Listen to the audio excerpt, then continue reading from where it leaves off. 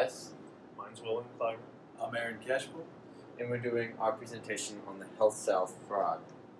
Now, the HealthSouth company was founded by Richard Scrushy.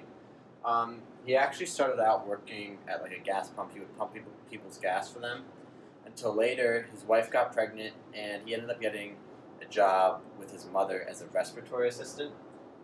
He eventually went to college and graduated from University of Alabama, Roll Tide. He was hired by Lifemark Corp out of college and worked up as the manager of the pharmacy, physical rehab, and merger department. And then he went up, and then he got a loan from Citicorp Venture Capital. It was a loan of $1 million, in which he started HealthSouth, a very controversial company. It was the nation's first chain of orthopedic hospitals and outpatient centers. At first, it sounds like a heartwarming story, but sadly, it only gets worse from here. They went public in 1996 with a value of $12 million. Sadly, they committed $2.7 billion in accounting fraud. Even weirder, this occurred during a time of economic growth, because usually you get a lot of fraud during economic recession to keep companies in the green, promoting growth, stuff like that, but that didn't happen here. It was during economic growth, and it was a time for companies to be growing, but they just weren't. GAAP procedures were very vague at the time, so it was easier to get away with things, and the GAAP procedures then tightened up and were made more clear, as most things do. Even to this day, there were a lot of people who got convicted and went to jail for this, but Scrushy, the CEO, still denies involvement to this day. Here's a more explained statement of fraud, which included improperly capitalizing expenses, overestimating insurance reimbursements, overvaluing fixed assets, and using faulty reserve accounting went undetected until 2003. They did a lot of things to hide their fraud, but this next slide is really going to show you the extent to which they went to hide their fraud. They had 2 million false journal entries made to hide their fraud. The reason for the so many entries is they knew auditing companies wouldn't investigate entries under $5,000. So they literally went to the extent to where they would make 2 million journal entries of ranging from around $500 to $4,999 in order to hide this. Now, how did they hide this for so long? It was such a long period of time because they had this group that they considered family, and nobody was allowed to in these meetings unless they considered themselves family. So basically this kept a tight-knit group, and only a select amount of people knew about it. Now, this isn't to say Scrushy wasn't involved, because he was definitely in that group considered family when he was the founder and the CEO of the company. So the next question that we have to answer is, who are the stakeholders?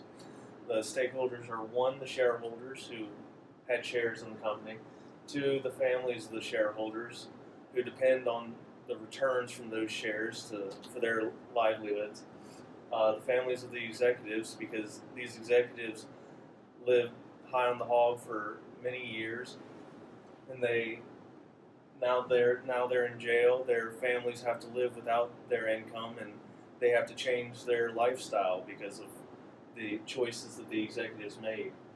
The employees that were laid off due to this fraud. The stock market itself was particularly devastated because it showed that companies like this might not be as profitable as everyone thought. So it hurt their industry as a whole. So next slide. So what are some of the consequences?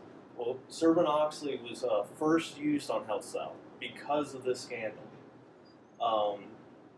Some of the consequences for the shareholders is that it went from $30.60 a share to only 40 cents a share.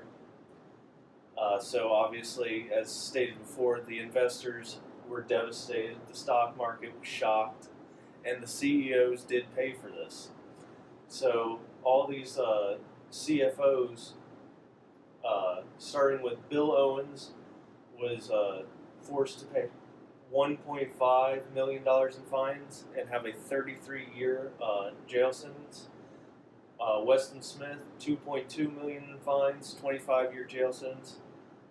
Mitchell Martin, $1.25 million in fines and 15 years jail sentence. And Aaron Bean, $1 million in fines, 30 years in jail sentence. So it shows you that this does not pay. Squishy only received a 7-year sentence, but has been ordered to pay $2.87 billion, and still holds a net worth of $300 million. HealthSouth has since rebranded as Encompass Health, and is now sitting at $60 a share, better than what they stood at before. All right. And the company still exists even after all of this. They're still doing all right. And a few preventive measures that they've been thinking about taking or have taken are the implementation of segregation of duties that could have prevented the fraud in the first place.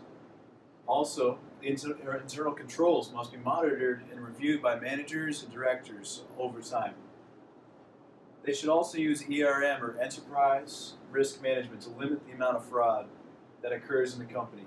Also, inviting third-party auditors to take a look at all this could help to prevent or even detect the fraud that's going on. Next slide. And also, the biblical worldview aspect of this. There's the analogy of being unequally yoked with unbelievers. The story is where there are two horses. One is alive and one is dead, and they're yoked together. In this case, with the horse that is still alive, he's being weighed down by the dead horse. He's trying to drag it along, but still, it's a lot of weight going against him. In the same way, accountants with integrity should not work with those without it, because they are unable to keep like a steady foundation or even agree on popular things. 2 Corinthians 6:14 says, "Do not be unequally yoked with unbelievers. For what partnership does righteousness have with lawlessness? And what fellowship does light have with darkness?" And a couple more verses that go along with this, talking about walking with people who are wise and how you'll become wise because of it. Or you can be a companion of fools and those who are without integrity and suffer harm because of it. Also, the Lord detests dishonest scales. He hates things that are without integrity because he is integrity. You know, he has integrity and gives freely. And he finds favor with those who are integrity and have it. Proverbs 10:9 talks about how if you do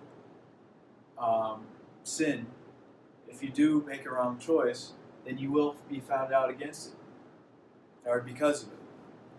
The same thing also in Numbers 32:23. If you have sinned against the Lord, it will be found out, it will be brought against you, and you will, face punishment or discipline because of it.